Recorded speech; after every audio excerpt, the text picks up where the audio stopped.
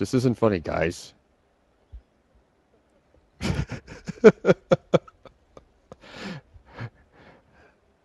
I can still hear you. Oh no. It's okay, guys. I got it. You guys go home. Um, I'll take it from here. No, chat room does not want Navy jokes on a live stream.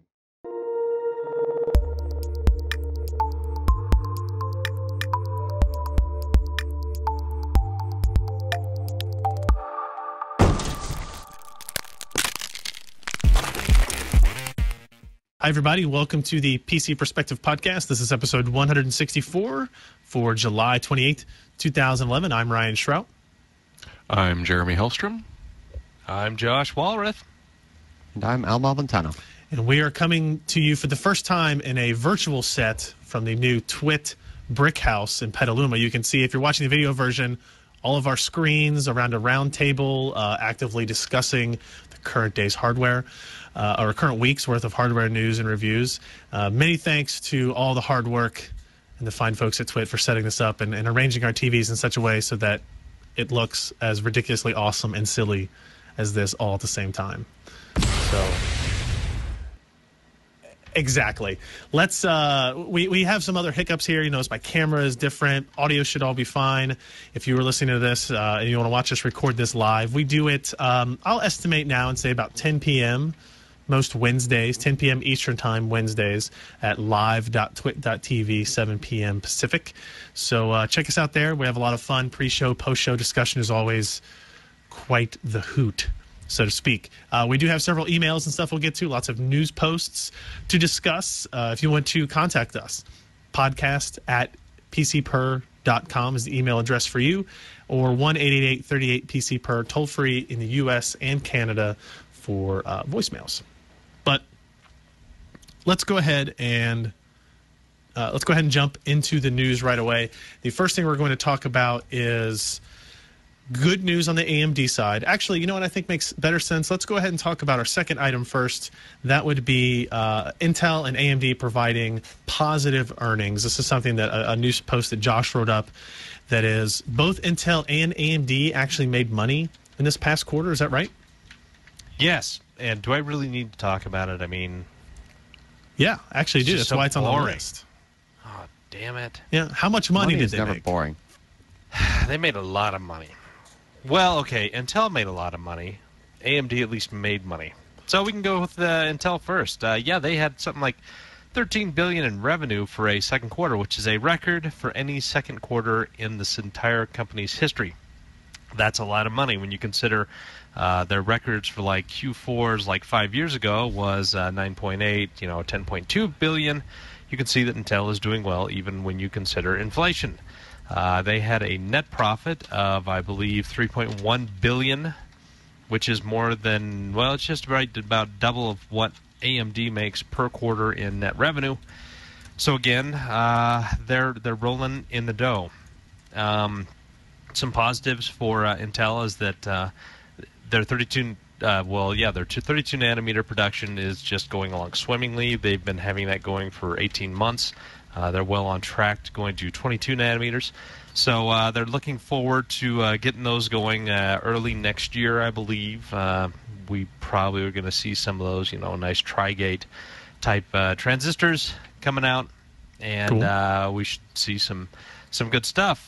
They've got their Sandy Bridge E models, which is the enthusiast model with the quad DDR3 channels in there. These should be, again, high-performing parts. They'll pretty much whip anything that AMD has coming.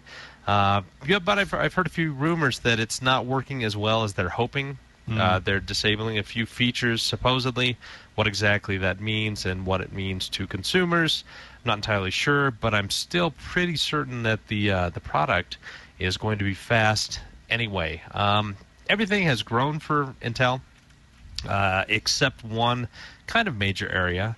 Their servers have done very, very well. They have some 80% of that when you consider that AMD still has a small share, and also we've got still power parts out there, and some Spark and some of these other processors that have just been, in the market for ages. I mean, Intel has just done tremendous over the past, 13 years when they really concentrated on servers. Desktops, again, are doing fine. They've gained market share there due to Sandy Bridge being such a good chip as compared to what AMD has had up until this point. Mobile, again, it was an area where they were very, very strong because Sandy Bridge and the 32-nanometer products had excellent power characteristics. Battery time was great. It had, good enough graphics for the most things. So when you add all those things together, they were, really up until this point, the best processor for laptops. Now, the only area they kind of stunk in was that of the low power, ultra portable, and that means Atom. Atom is just not holding up its end. It went down something like 19% in revenue this quarter as compared to last. They've had a pretty precipitous drop since the beginning of the year, and we can attribute that to several things. One being AMD has a very aggressive platform with their Bobcat-based processors, namely the Brazos platform. Better graphics, better CPU performance, and just as good power consumption in these 40-nanometer parts from AMD are eating into Intel's market share when it comes to this. The second one is, of course, ARM. We're seeing NVIDIA with their Tegra, Qualcomm with the Snapdragon, and they're starting to eat into some of these netbooks. They're well in charge of the tablet space right now, and so this is another area where Intel is losing ground. Even though Atom is decent when it comes to power consumption, it just doesn't have the performance in terms of graphics and CPU performance as AMD does with the Brazos. And when it comes to overall just power, ARM has them both beat something fierce. So this is an area that Intel is hoping to really address. They've got the next generation Atom coming out, I believe, late this year. They're hoping to get it out, I believe, on 32 nanometer. I can't remember exactly for sure. I know that they're really going to increase the amount of change that they're going to have in the platform altogether, and so we're expecting more of a tick-tock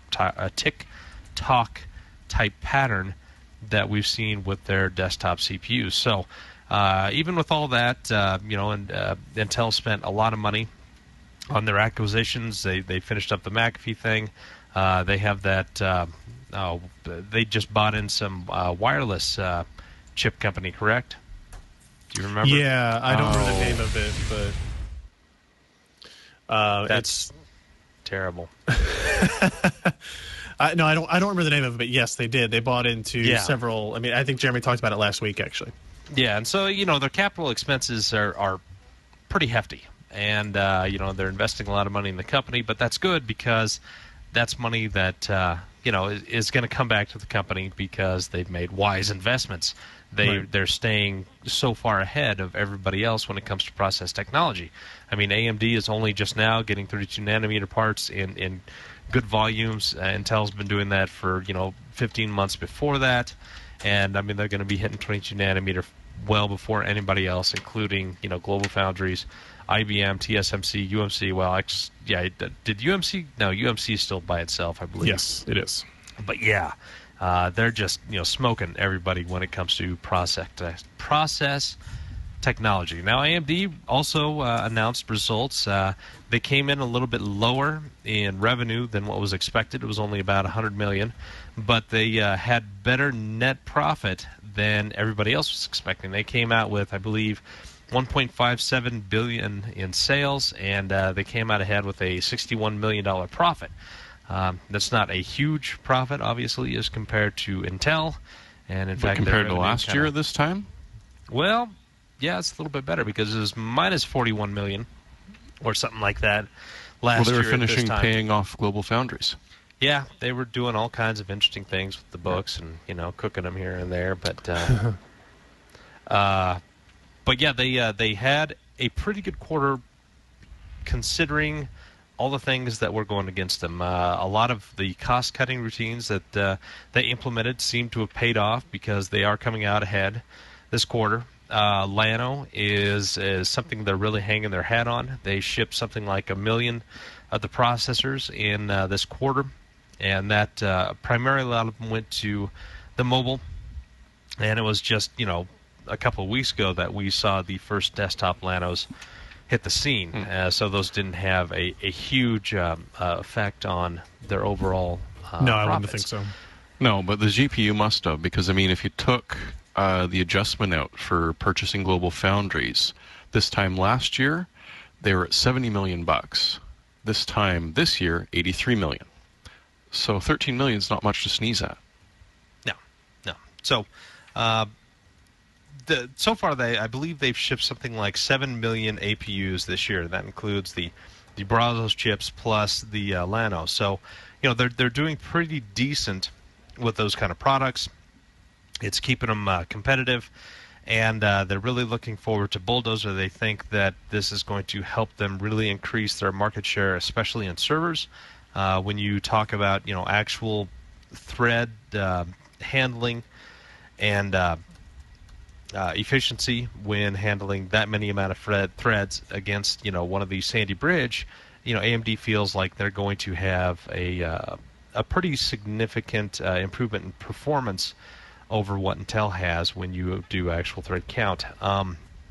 For the desktop side, it's starting to look like it is going to compete well with Sandy Bridge.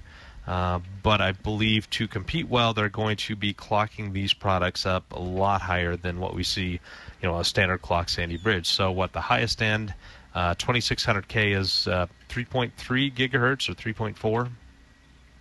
Yeah. Somebody chime in here.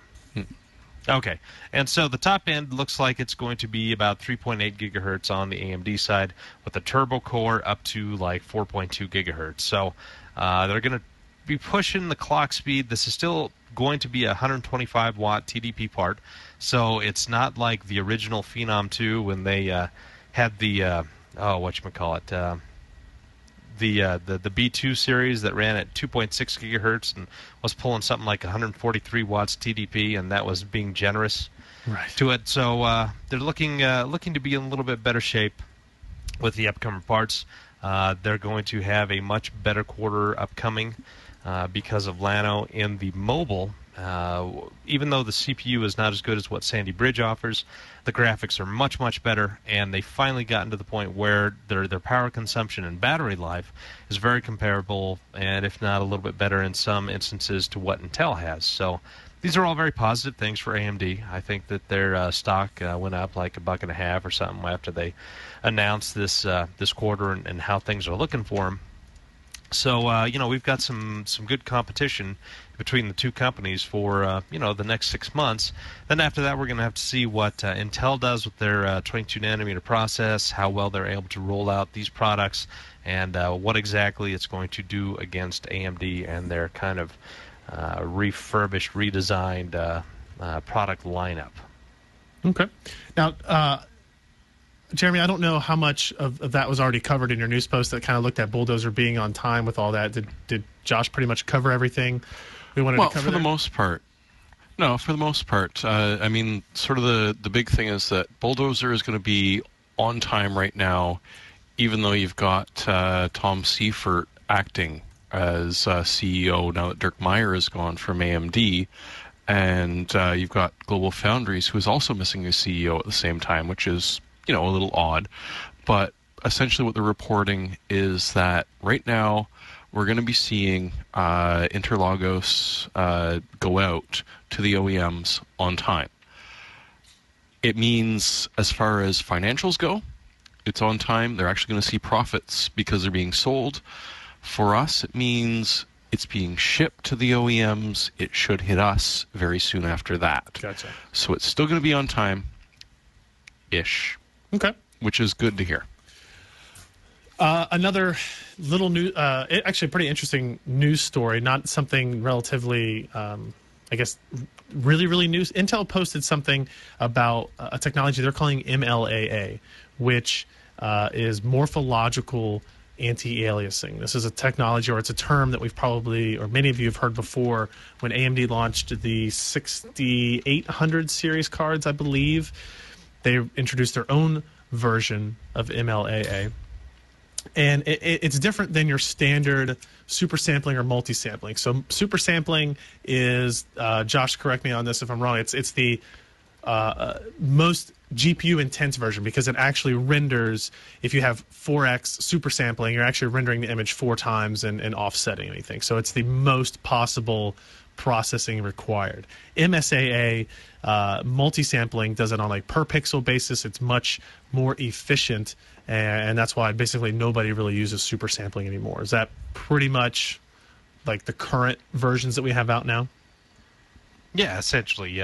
Super sampling basically upsamples. It does 4 times the pixels, so each 1 pixel is kind of sub-done. So you have 4 individuals, and then they downsample it, so you get the 4 actual fully rendered pixels are averaged into 1. So yeah, it's gives you really, really good results, because not only does it anti-alias the edges, it does the same thing for the textures, even without anisotropic filtering. But yeah, MSAA, super sampling, and AMD came out with their own MLAA, and NVIDIA came out with their FXAA.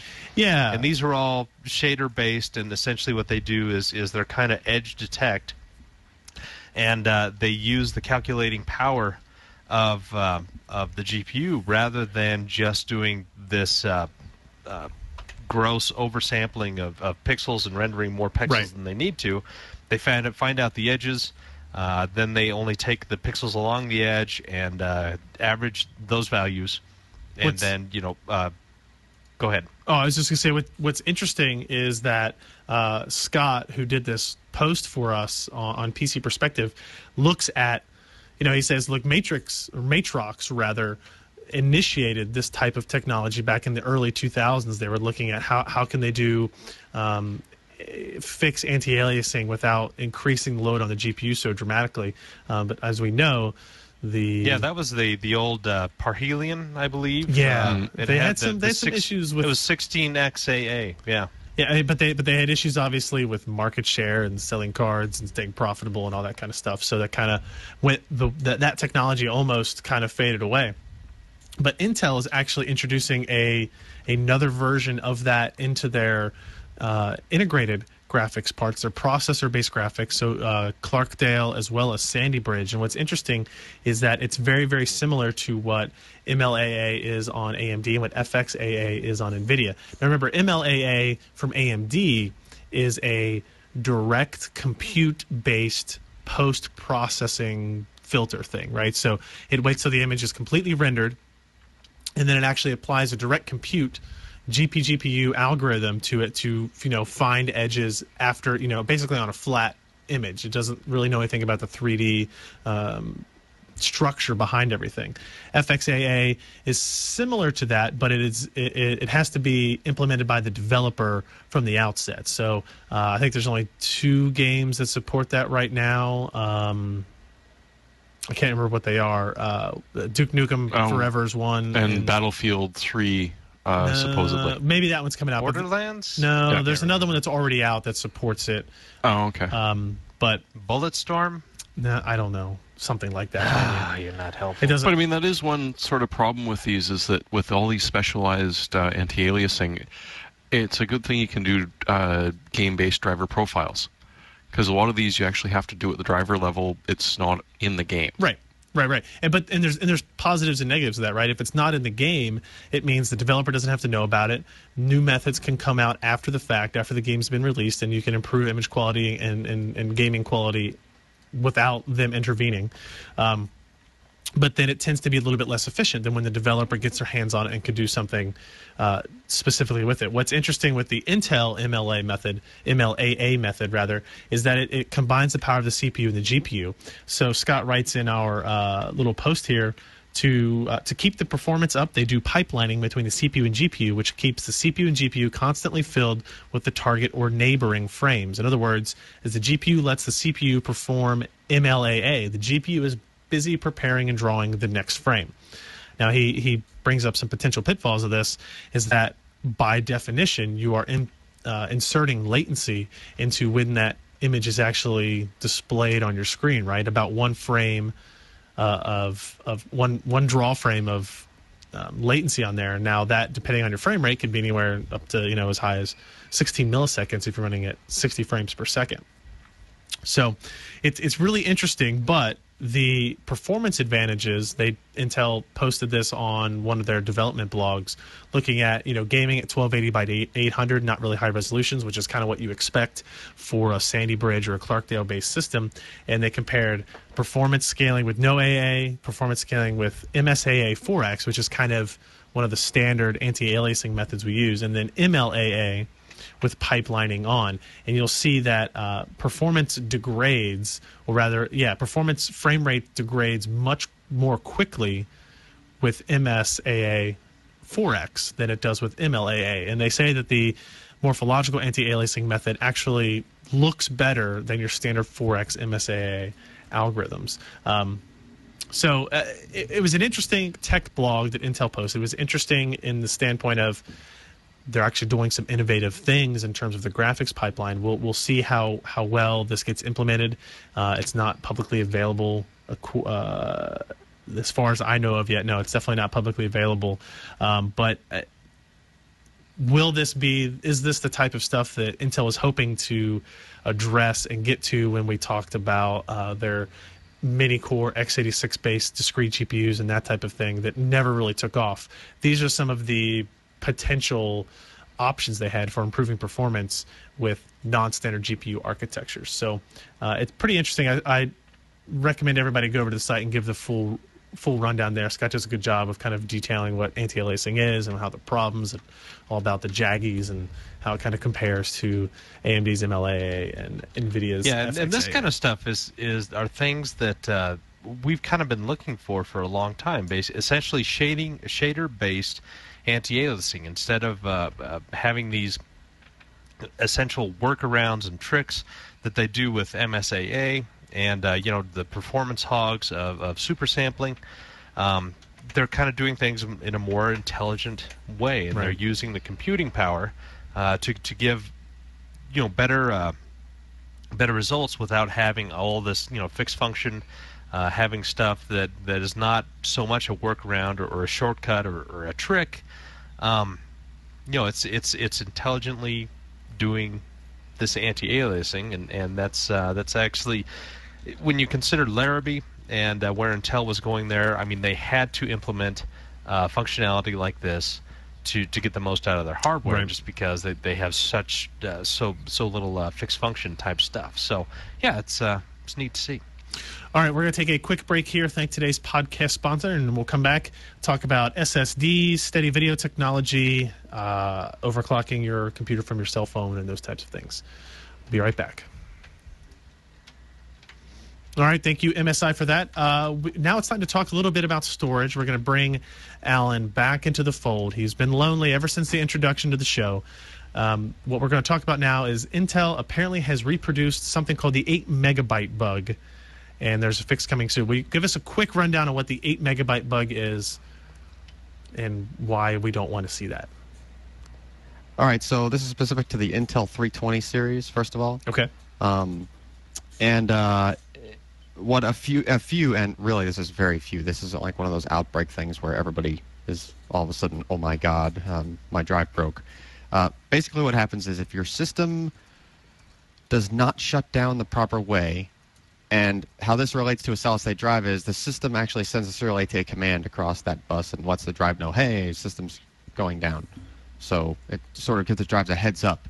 So that where if you think to like your typical laptop shutdown procedure, where you can actually, if you pay attention, you can hear if it has a regular hard drive, you can hear the drive like spin down right before the screen turns off on the laptop. Right, so that's like your typical shutdown procedure for your PC or your laptop. If this did not happen to the 320 series, and it was in only specific hardware, like only some chipsets did it this way, and in such a way that the drive didn't necessarily like it, the way the system was getting shut down inadvertently, end result, the drive slips into this weird mode where it shows up as an 8 megabyte drive that's not really accessible and doesn't do anything. 8 megabytes, huh? That's pretty sweet. 8 megabytes. So it's probably some sort of initial configuration or just like a default before, where the controller just sort of like forgets how much flash memory it has attached to it or what to do with it or any of that. So I don't know how Intel's going to approach this fix. They have reproduced this problem. It's probably pretty tricky to reproduce because I took the 320 series that we have here for the sample, and I did everything I could to kill power to that thing during reads, writes, and while it was idle. And I was just, I had it in a dock, and I was just, hitting the power switch on the dock, which just kills power right to it immediately. I couldn't get ours to do it, so I think it's really sort of a rare corner case sort of thing. My hope is that the fix that Intel comes up with will take a drive that's stuck in that mode and be able to just bring it back to life and have your data back. That would be the ideal, right? How confident are you in that resolution actually taking place? Well, here's the thing. The drive doesn't, erase itself in this condition. It just it's sort of like someone flipped a switch internal to it, and it just doesn't turn on properly. It doesn't initialize properly. So all the data, in theory, should all still be, just like it was before, except for this one little switch that got flipped. Mm-hmm. And if the firmware update that Intel releases can be applied to a drive that's stuck in this mode, then it should just bring it back, right? Because all data included. All data included is what should. I mean, if I was designing it, I'd probably try to make it work that way. Right. Well, sure. And the reason that the thing that gives me a little more confidence on that is all of the retail Intel firmwares for solid-state drives are not destructive, right? They always leave all the data in place. I've never seen an update, even hiccup, on one of those where you lost the data or where you had to wipe it or anything like that. Now that said, if you have one of these right now, the firmware's not out yet. Intel has to quality control it. That takes them a few weeks. If you have a backup of your drive and it's slipped into this mode and you're comfortable just restoring it, you can HDD erase the drive. It'll bring it back as if it was brand new and of the proper capacity. So we have some details on HDD erase. If you look back, go way back on the Intel X25M long-term performance piece that we did a couple of years back. And I think it's page 5 or 6 into that we detail how to use HDD erase and how that works and everything. But for the moment, just stand by. If you have a 320 series drive, especially if it's on a laptop or on a PC that's not UPS equipped, you should increase your frequency of backups just to be safe.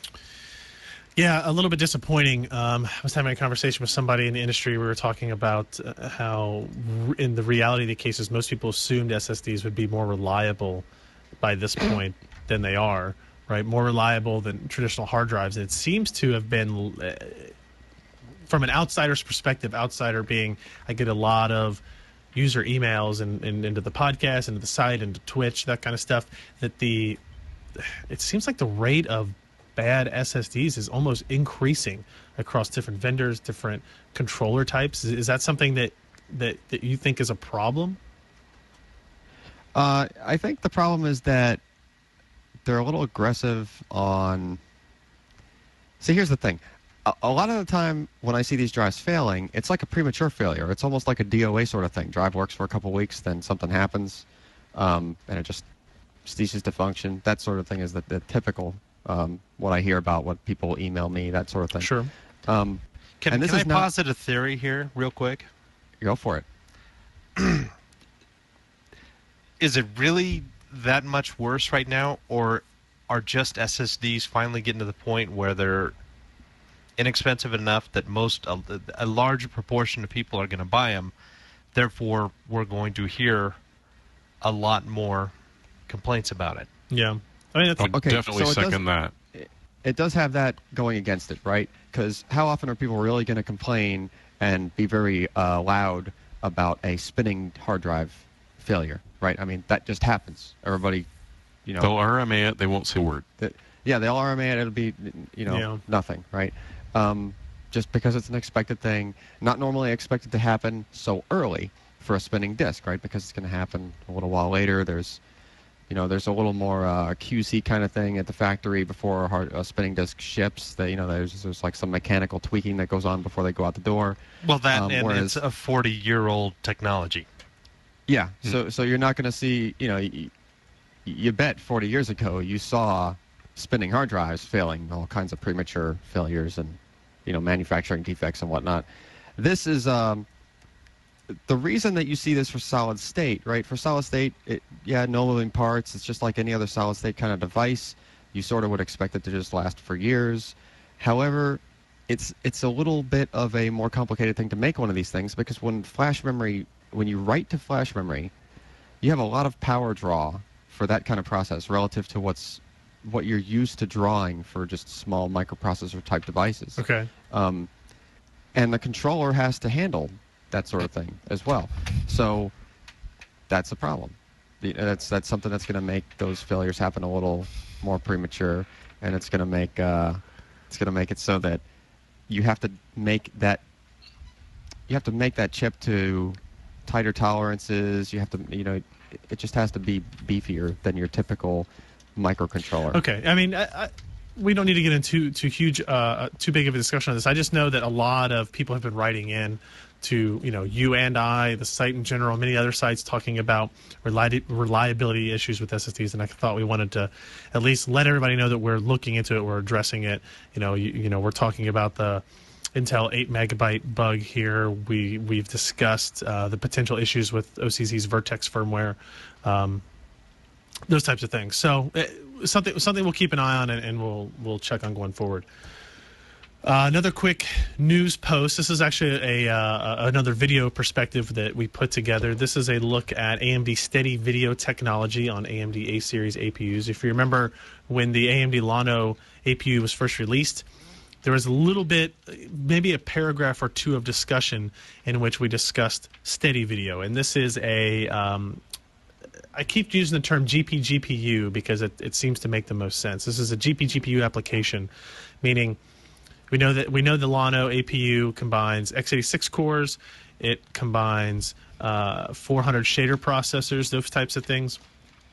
And the problem that AMD has is they need to convince people that this is useful, right? We talked about how it was priced so low because the x86 performance was low, and that's what people relate to in terms of performance. Even though the Llano is a great gaming integrated processor, it lacked in the x86 performance. So, one of the goals of AMD Fusion Developer Summit we had and all kinds of things is to look at how this all compares, improve things, and steady video is an application of it.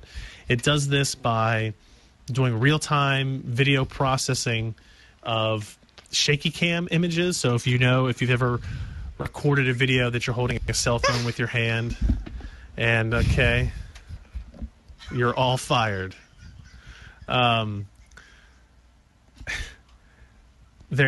Different drawback to video you didn't know about. Wow. It's just the people we have on our staff instead. So basically, if you take one of these videos, it works on web videos, it works on videos you're playing back in media player, all types of stuff like that. And it actually does a very good job of stabilizing video.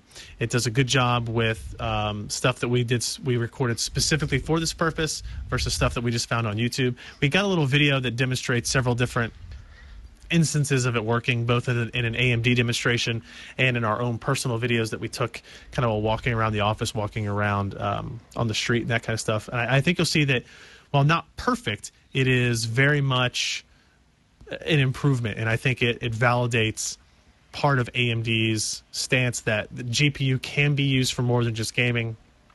And once these software developers get a hold of these tools and see the power that you can get out of this, that it will actually be pretty nice, right? Because, I mean, we're all tired of GPU computing being limited to video transcoding, right? That's where it's been stuck forever. Old hat.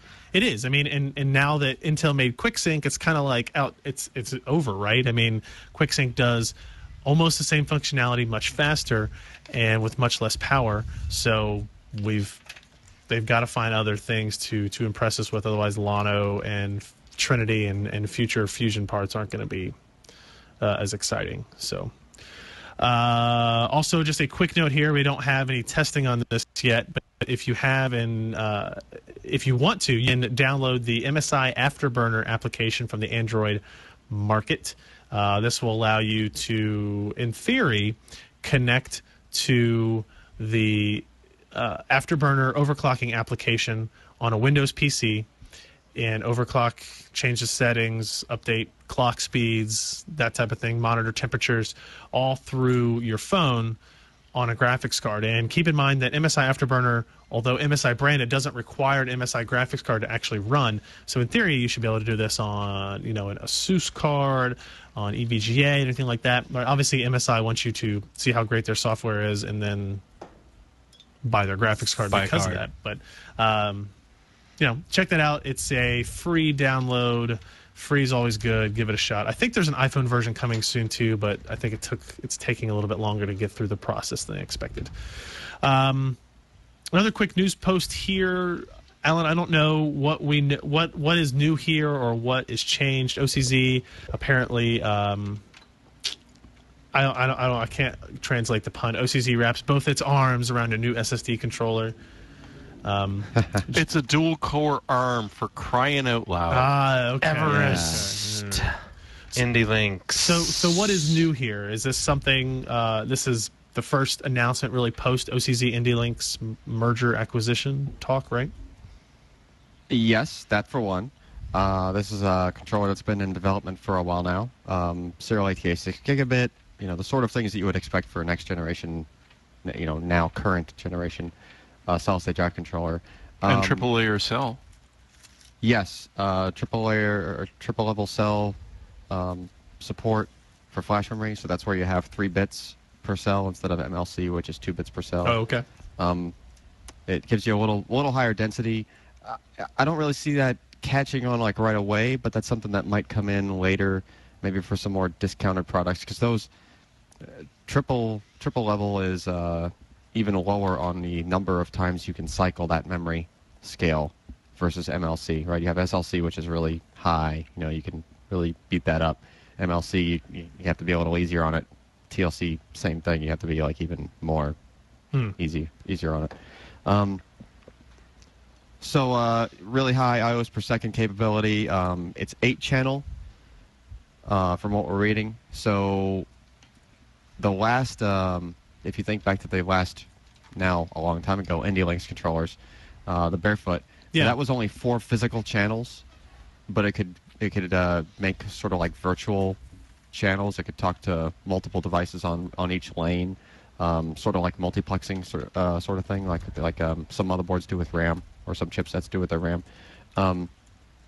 So this one is 8 physical channels, and it could span 16-way interleaving of those channels.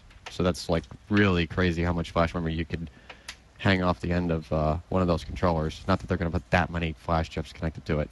But it's good to see them move to 8-channel, because that was one of the disadvantages of that controller for a long time, is that you had Intel with 10 channels, and you had the SandForce controllers are using 8.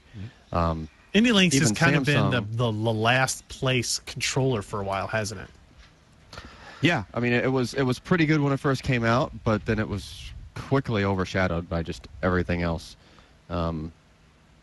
except for maybe Samsung, depending on what kind of workload it's looking at.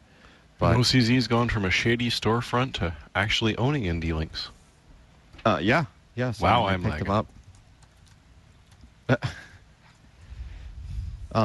Some other changes, just things that go along with the support for larger flash memory banks and smaller processes of flash, is 70-bit error correcting code, which is higher than normal.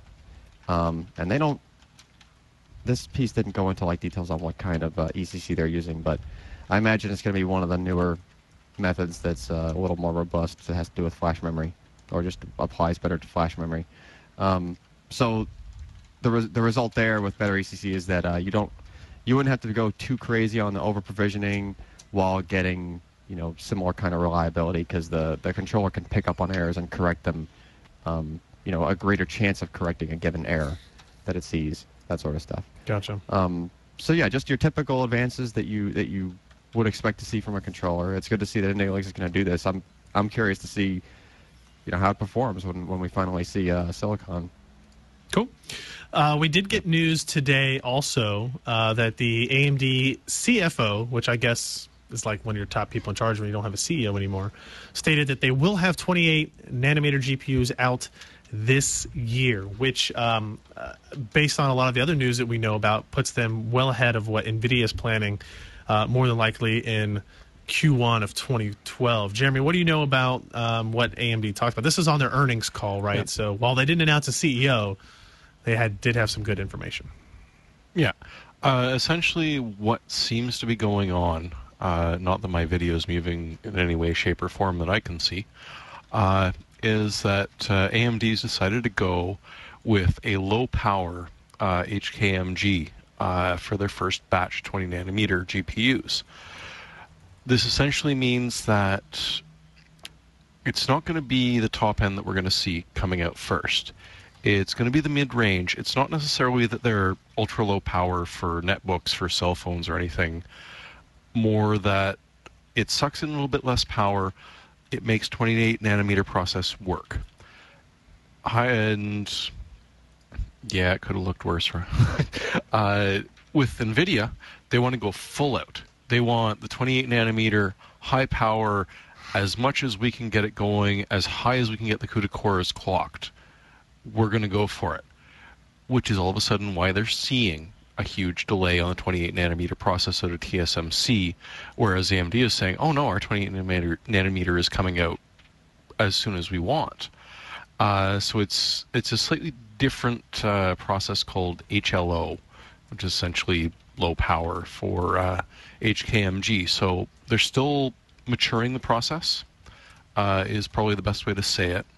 So what they get taping out these 28 nanometers are going to apply directly to the higher end. And it's not something unusual from AMD. They will desperately try and get something out. They are competing against Intel. Right. You've got to fight hard, and when you're that small, you got to fight dirty. Josh, do you have any... I believe there's... I was going to say, Josh, do you have any other... Yeah, ask someone who can move. Let's clear up Jeremy's video. Yes, moving is perfectly fine. Yeah, I mean, the design rules for high-K metal gates, it's going to be significantly different than what they're using for the low-power thing. First of all, I think with HK metal gate, you're going to get the gate first type design rules, and that's got some issues with yields and functionality that they're still working out. It's a high performance way of doing it for this round for TSMC, but it's kind of fraught with peril. And so it looks like they're going to put out some of the lower end GPUs first. They may or may not have the higher end GPUs, or they could just wait until the full high power process node is ready and release those in a late December timeframe. They've had the actual designs taped out for quite some time, and they had a lot of the initial chips in the lab already. And this is kind of a bigger step, well, maybe not a bigger step, but a faster step that they have taken as compared to NVIDIA. Mm-hmm. NVIDIA just had, I think a month ago, I believe their Kepler series of GPUs, they're one of their new high-end architectures. It taped out a month ago, so they're 3 to 4 months behind in the actual design work. But everybody now is just tuning their design to what the process looks like it is going to be. And AMD is going to be coming out first with these lower power products. So we're going to, you think 6600, 6700 series of products, 6500. So that's it's obviously going to be the 7000 series, right? And we'll probably introduce this new compute architecture that AMD told us about at their conference.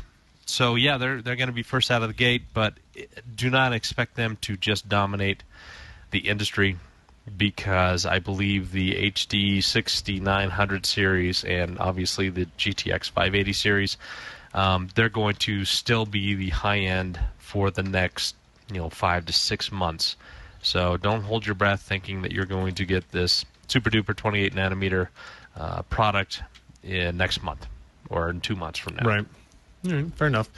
And one final piece of news before we jump into some emails. Alan, you actually thought this would be a good topic for us. The Apple, I love this title, Apple is the bomb. Vulnerability found in battery circuitry. So what exactly does this mean, other than my favorite part of the story was that a hacker could apparently just completely disable the battery and permanently type of thing? Yeah, so Apple apparently used some form of a system management bus sort of thing where the laptop can communicate with the controller of the battery. So some people are probably wondering, controller on a battery, what are you talking about? Lithium-based batteries need controller circuitry. They can't just be like a cell just sitting there like your typical rechargeable battery. There has to be something else to it. And that's part of the reason that you see some manufacturers putting on, the extra little battery light, status indicators. You can hit a little button on the battery. It shows you what the charge state is, that sort of thing. Oh, okay. That's because the battery has to know what its charge state is, whether or not it's plugged into anything. The reason for this is that lithium-based batteries, first of all, they discharge slowly over time on their own. So they have like a trickle sort of internal discharge rate. And if they discharge too far down, like if you run one of these completely dead, the disadvantage is that they just internally short. Like the cells will just short out. That's just a side effect of those batteries. They're just not designed to be able to run completely dry like that. So when your laptop, says you have 2% left on your battery, or it's just dead and your laptop's powered down, no, it's not all the way dead, but it's far enough gone where that if you did that to it and then waited like another month, then the battery would have drained to the point where you can't even charge it anymore. Now, the trick is you can't charge it because the controller prevents you from doing so. It's like a safety feature.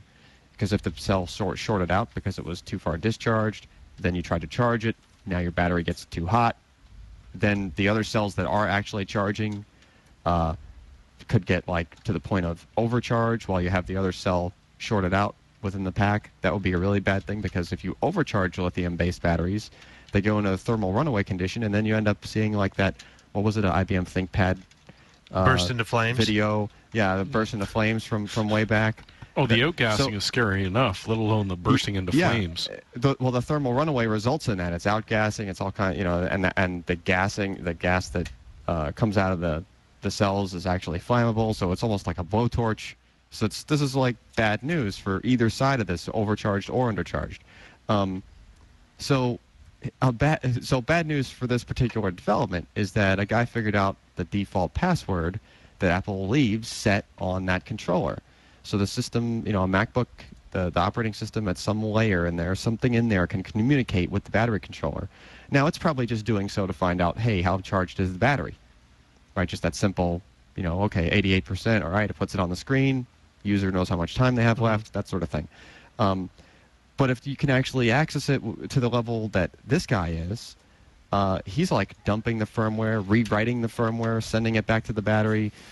So if you were to package something like this in a piece of malware that could infect the machine, and then it could reprogram that battery controller, it could do a few different things, right? It could put a piece of malware on the controller firmware as a form of a Trojan.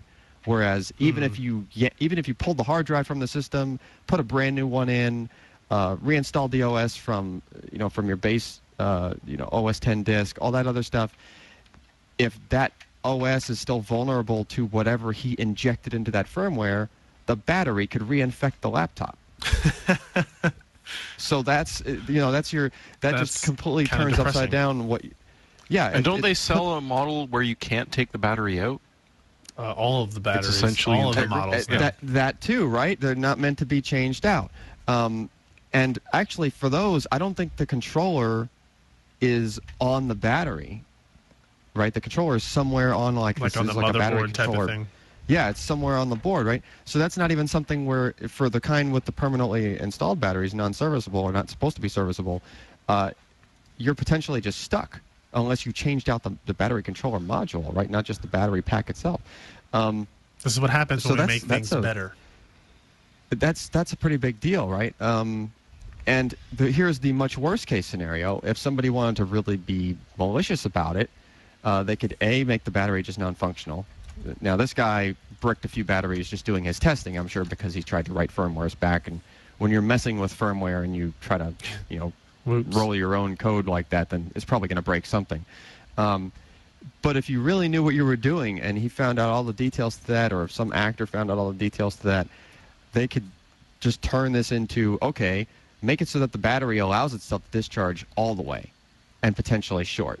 And then when the user plugs the laptop back in to charge it back up, never stop charging the battery. Right, that sort of thing. So like if the battery kept reporting to the rest, the controller, everything else in the system, hey, I'm not full yet, it's just going to keep going. It's just going to keep trying to charge the battery, just keep pumping juice into it. And then you end up, potentially thermal runaway and, cats and dogs living together and all that stuff. We're blowing apart from batteries exploding. Yes, or doing the exploding head thing like Burke has been honoring Ryan with for the Okay, Alan, do you remember like 20 years ago when the first lithium-ion batteries came out? You actually had to charge up your thing to the fullest and then let it run like a camcorder. Let it run and seriously run until the battery runs out, charge it up, do the same thing again, and then it programs the length of time that battery is useful for.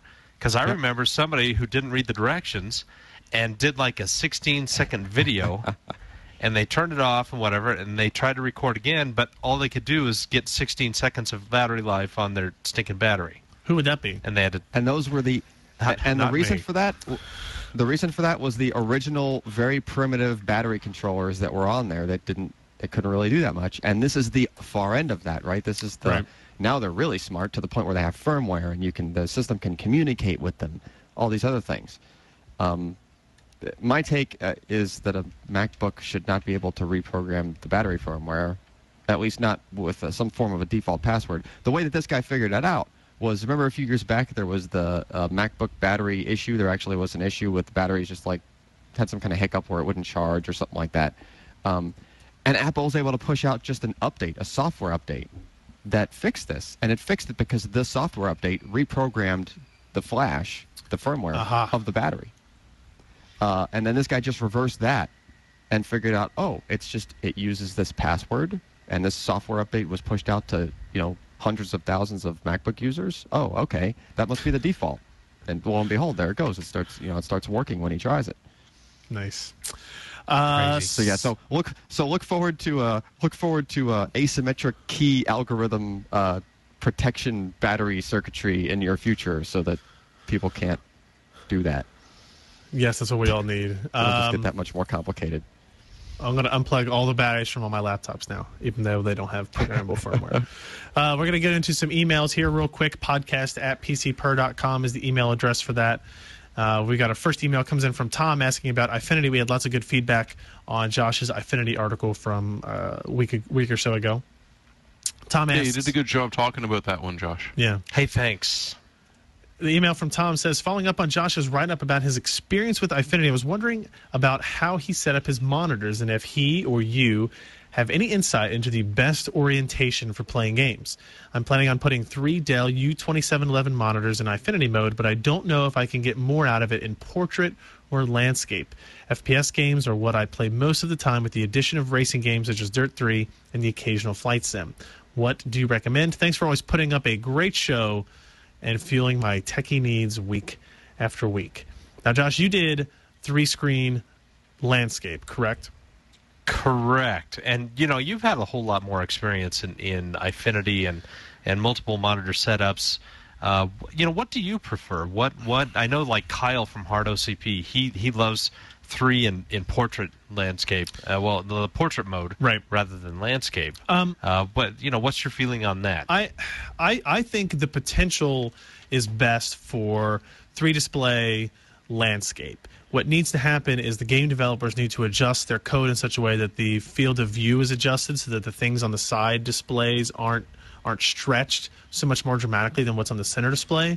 That is why I think a lot of people like the 3 portrait method because you don't get that stretching when you have three. That walleye view kind of look on in the side monitors. Yeah. So what the portrait mode kind of does is it almost gives you one similarly like close to 16 by 9, 16 by 10 ratio, much larger panel. Because you're doing 3 16 by 9 or 16 by 10 panels. Portrait mode, and so the resolution you get is much closer to a standard aspect ratio, obviously, than a 3 landscape mode would be. So you don't get much of the fisheye effect. You don't get a lot of any of the kind of menu bugs and stuff like that you sometimes see with Eyefinity and NVIDIA Surround, where programmers were planning for this, so some things are off screen one way or the other.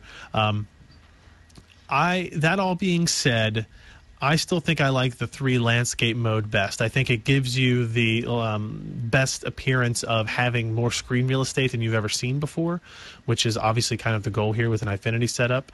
But the good news is, I mean, you can, if your stands support it, right, you can play with it. Try playing your games for a week in landscape mode, and then try switching them to portrait mode and moving them a little closer together and see what you get. You might find that the bezels between the screens maybe affect you a little bit differently in each of the different modes. And if you're racing, you don't care about looking up. Yeah, that's true. The only thing, so landscape makes perfect sky sense. is falling. Well, in which case you're doomed anyways. Yeah. So, Chicken Little and you can go. But no, if you're doing flight sims, if you're doing first-person shooters, you occasionally want to look up. True. For gaming, either way is fine. But for like regular desktop use stuff, I prefer landscape only because ClearType falls on its head if the screen is 90 degrees. Doesn't work right. Yeah, that's everything true. gets blockier. Yeah. Yeah. If you're doing productivity is one of the goals as well as just gaming and that kind of stuff. But I do agree with what Jeremy said there. Like for a racing game like Dirt 3, the landscape mode is actually really cool because then you get to see out the side windows of the car and that type of thing. Whereas for a first-person shooter, if the stretching on the side annoys you, you might prefer the portrait mode. I feel bad, Tom, we didn't definitively answer your question. I would say start in landscape, see what you like. That's kind of the default configuration. That's what AMD and NVIDIA are both promoting, right? AMD does have one awesome ability to do the 5x1 portrait mode, which is pretty impressive if you've seen it in person, to have 5 16x9 displays set up that way. But obviously you have to have a 6 output card and, buy 2 more monitors as well, too. So keep that in mind. And we as humans, we view more in the horizontal rather than in the vertical. True. I mean, that's just the way we are. And I say that's because due to the flat Earth theory, but that's another conversation altogether. Try out landscape first and see how it reacts to the games that you primarily play. If you don't like it, try the portrait. Yep. Go from there. But yeah, I have mine in landscape, and I'm perfectly happy. You want to take our next email? It's also about Eyefinity, Josh. No. Can Ken? Nope. You please. Nah. Can Ken take it? Nah, I picked Josh. Okay, fine. Email from Greg about Eyefinity again. After reading Josh Walrus' excellent article on Eyefinity, I have a few questions. Josh mentioned, I love talking about myself in the third person. Oh, Josh does not like the format of this program. Josh mentioned he needed an active adapter to get Eyefinity to work, and he added a link to Newegg. But I cannot find a true answer to what's the difference between passive, active, USB-powered active adapter to mini DisplayPort to DVI. AMD has a page for this info on supported adapters configurations, and Apple, the creator of the mini DisplayPort, says the exact opposite of AMD. My graphics card is a Radeon 5870 with 2 mini display ports and 1 dual-link DVI connector. I currently have 1 Apple-branded mini DisplayPort to DVI single-link adapter. What would I need to get 3 DVI monitors to work? Okay, he has 2 parts of this. Essentially, you only need one of the powered, more expensive active adapters, like the $110 Apple one, or I think there's a couple of other manufacturers have them. That's only if you have the need for a dual link display. Right. So that means anything above 1920 by 1200. So if you've got a 30-inch LCD that does 2560 by 1600, you need that much more expensive part. Now, up to 1920 by 1200, all you need is one of these. And this is the Sapphire. Let me put this in landscape for you, even though you can't read it very well. It's the $29. It's considered active. It is, yes. And it just plugs into your mini DV, mini DP port, yeah. And it goes to a single-link DVI adapter. Now, the passive ones go from DisplayPort to the old-style VGA or DB15 plug. So you don't want to have anything to do with that if you can't help it. So whatever Apple's saying, I'm not sure. But if you wanted to do 3 monitors that are either 1080p or 1920 by 1200, then all you need is one of these $29 or $26 to $29 active DisplayPort to DVI adapters. It doesn't require you to plug into a USB. I think Apple had one of those that it needed a little extra power for the design, so you had to plug it into a USB port as well, and that it drew power out of that. But yeah, they're high-end ones where literally you plug it into the wall, and then you made the DisplayPort to dual-link DVI. Now, the second question, will Eyefinity work with different resolution monitors, e.g. 1920 by 1080 and 1600 by 900? The adapter Josh linked on Newegg says no software drivers needed to be installed. Does this mean that it's cross-platform? Will it work with Windows 7 64-bit, Windows XP, Mac OS 10.6, and Linux? Or Linux? Or whatever. I look forward to the PC Per podcast every week. Keep it up. The great work. Eyefinity, as far as I know, you need to have monitors that kind of mesh in with each other. Yeah. Say, for example, you can get like a 30-inch monitor that does 2560 by 1600. And yeah, I almost froze again. But anyway, as long as you have that with the second monitor, that like if you can rotate it and it has a vertical resolution of 1600 pixels, then you can create an Eyefinity resolution with that.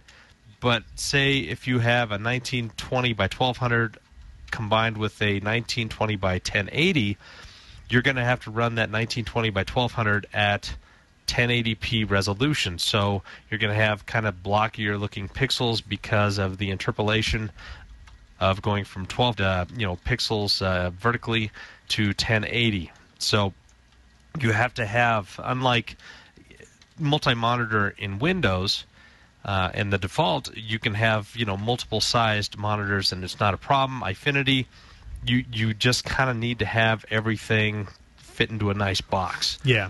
Just because it considers it one single monitor when you're running things. Yeah, if you're running different resolutions, it's not going to look right. I mean, yeah.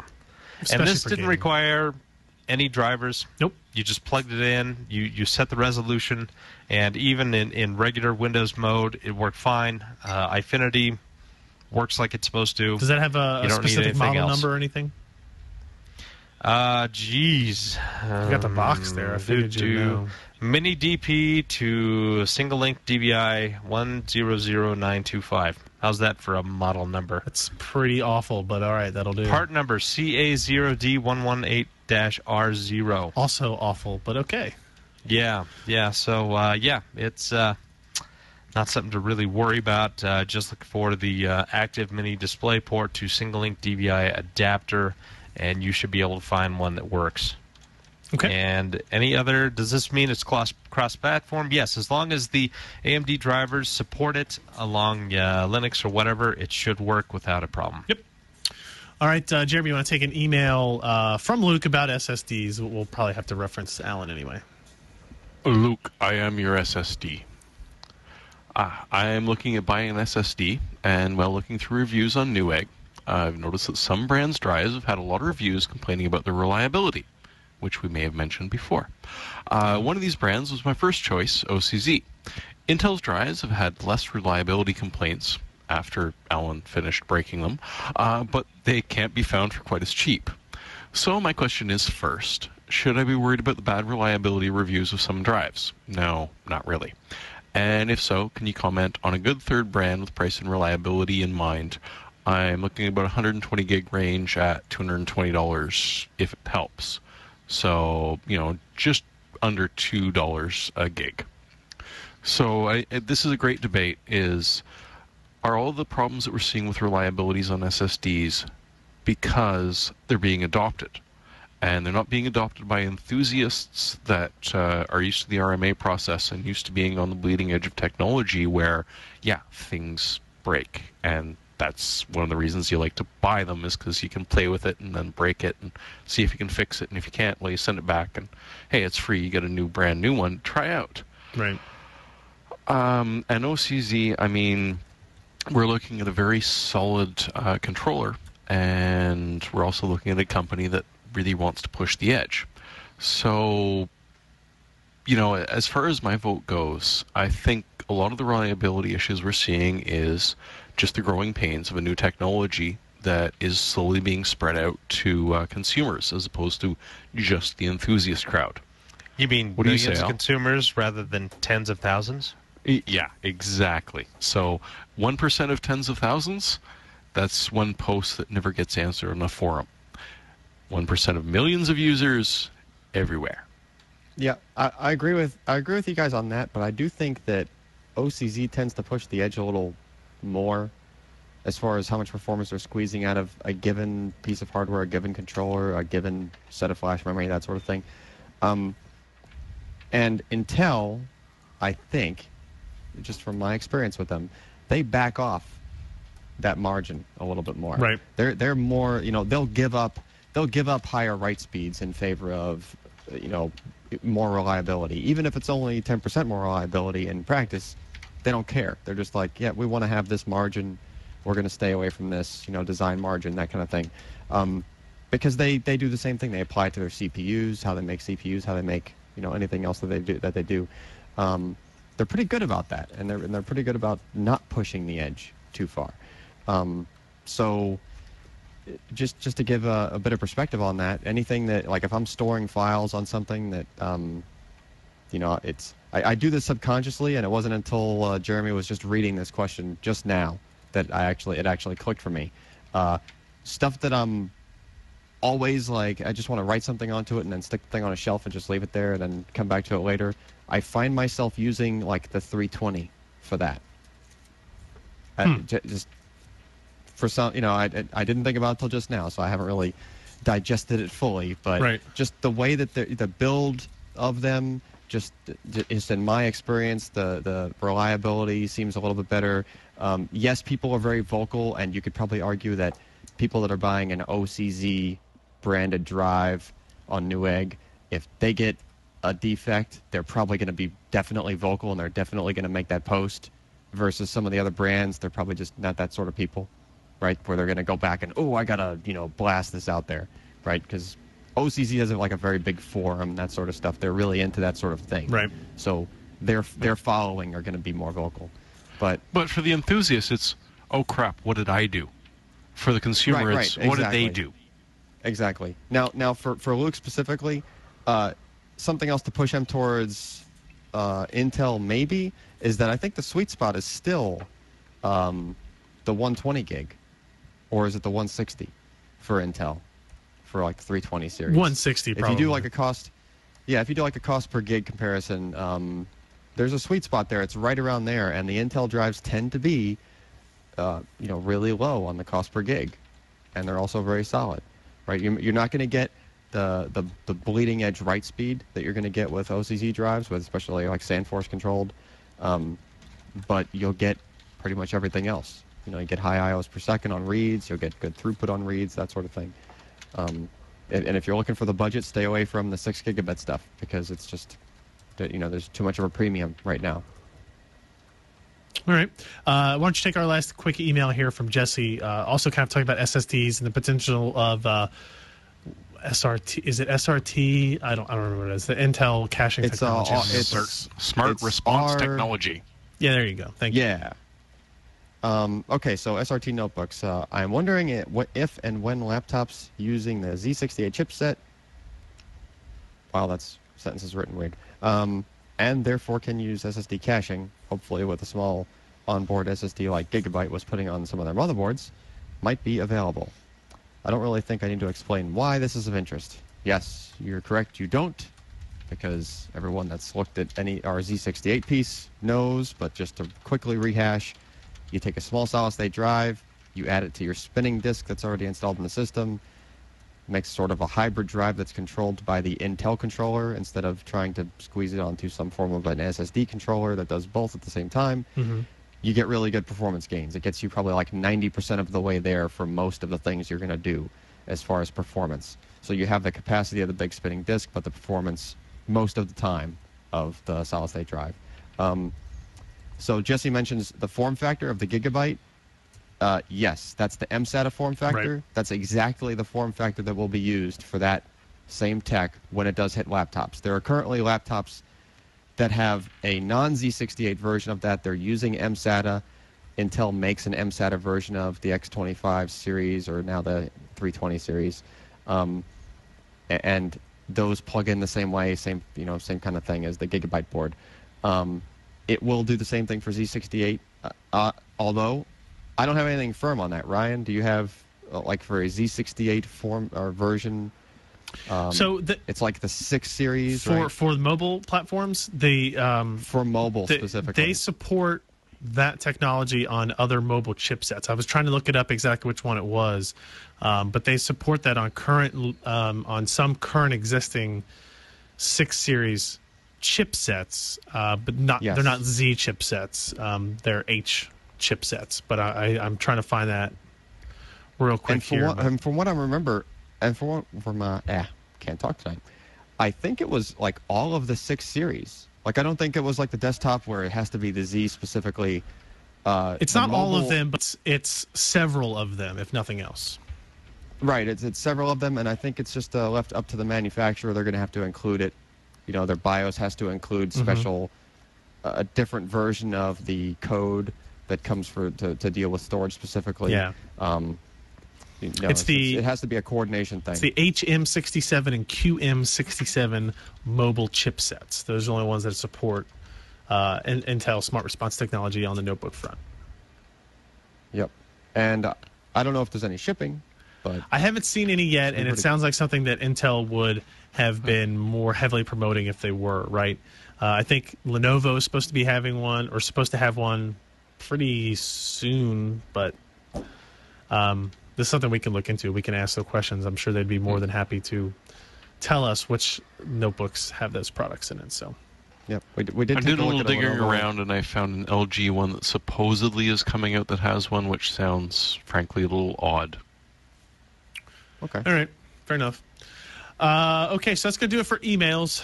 Podcast@pcper.com is the email address, obviously. A couple of quick things. Quakecon Reminder, August 4th through 7th in Dallas, Texas. We will be hosting the PC Perspective Hardware Workshop there once again. That's Saturday, August the 6th at 3:30 p.m. Central Time, Dallas time. I think, yeah, Central Time. Be there if you can. We're going to have some pretty awesome prizes. The QuakeCon event in general is giving away a what the hell truck is this? Ford the truck. SVT 2011 Ford Velociraptor. Yeah, so It's a Hennessy Velociraptor. I thought it was a hard drive full of cognac, but I was wrong. that would have been pretty cool too. Actually, this truck was featured on a recent episode of the Top Gear US show. That's the only reason I knew about it beforehand. In terms of pickup trucks goes, it's pretty badass, and I think it's probably worth about like $50,000 or something like that. And they're just giving it away. So maybe I'll bring an old $69,719 is the MSRP. Jesus. Maybe I'll bring an old Velociraptor to throw in. Don't throw it at hard drive type. But definitely come to the workshop if you can. It will be a lot of fun. And if you can't make it, we are making arrangements to stream it live on Ustream, I guess, probably. Maybe Justin TV. Over Firewire. over Firewire of different sorts. So we'll have more information on that as we get closer. So even if you can't be there, you can at least see other people winning prizes. So you'll have that going for you. So check that out. Quakecon.org is the site for that if you're interested. It's a very fun place to go if you're into PC gaming at all. Giant LAN party, lots of fun things to do.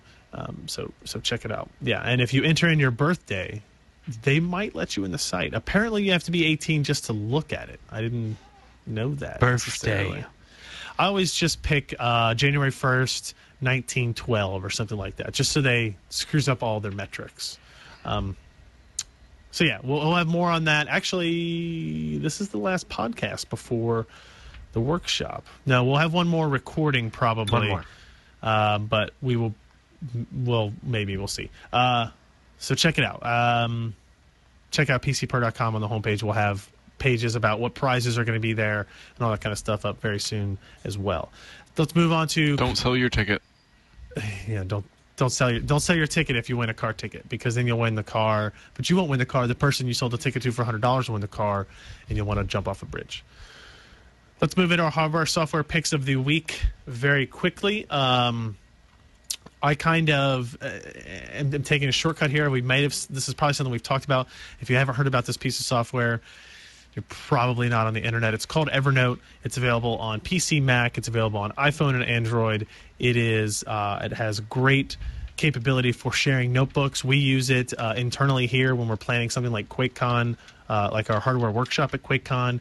Ken and I can share notebooks back and forth. It does very good in organizing photos and text and other documents and that type of stuff, so that you can access them remotely on your phone. You can upload. You can take a picture on your phone, upload it to Evernote, sign it to a certain notebook. Everybody gets a notification about it. It's a really, really good piece of software for note-taking when you want to make sure you are never without that particular bit of information. There is a free version. There is also a pay version that lets you share with unlimited people and that kind of stuff. Check it out. That's just the first thing that popped in my head today when it was time to pick a piece of hardware or software to use, because I had been using it so heavily in the past couple of weeks. Jammer, do you have something maybe more exciting or more interesting for our listeners and viewers? I, for one, welcome our new video overlords. Okay. But apart from that, I stumbled into a little Kickstart project that's called IsoStick. And, okay, you can't build it yourself. It's not an Ultimate Boot CD. It's something you're eventually going to have to pay for. But the idea of sticking what is essentially a perfectly functional ISO, and actually as many functional ISOs as you can fit on that USB as a bootable drive. Bootable. Yes, is actually kind of interesting. So you can put Windows images, you can put diagnostic disk images. You can just essentially mount umpteen billion ISOs on it, and this will show up as the first boot device. Yes, first boot device. On even older chipsets, as far as they're saying, as long as they can read FAT32, and for the most part is PC.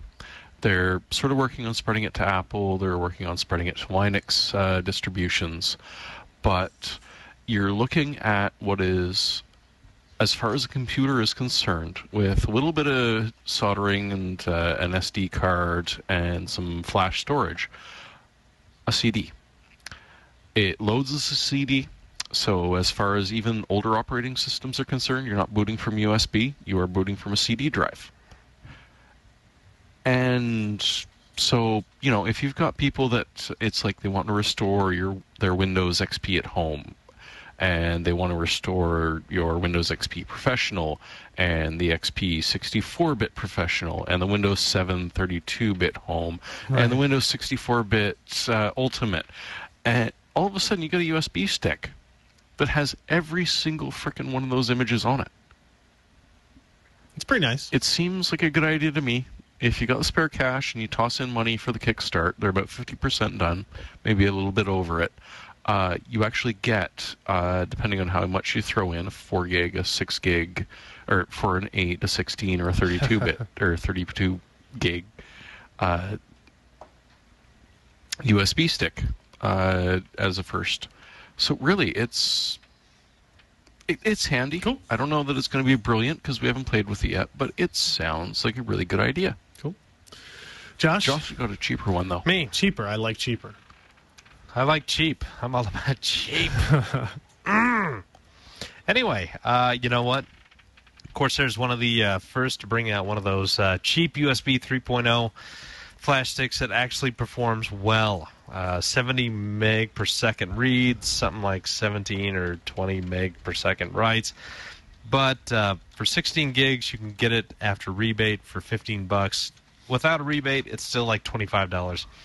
And for that amount of money, that's kind of amazing, considering where we were about 3 months ago, where a 16 gig USB 3.0 drive would have cost you $75 pretty easy.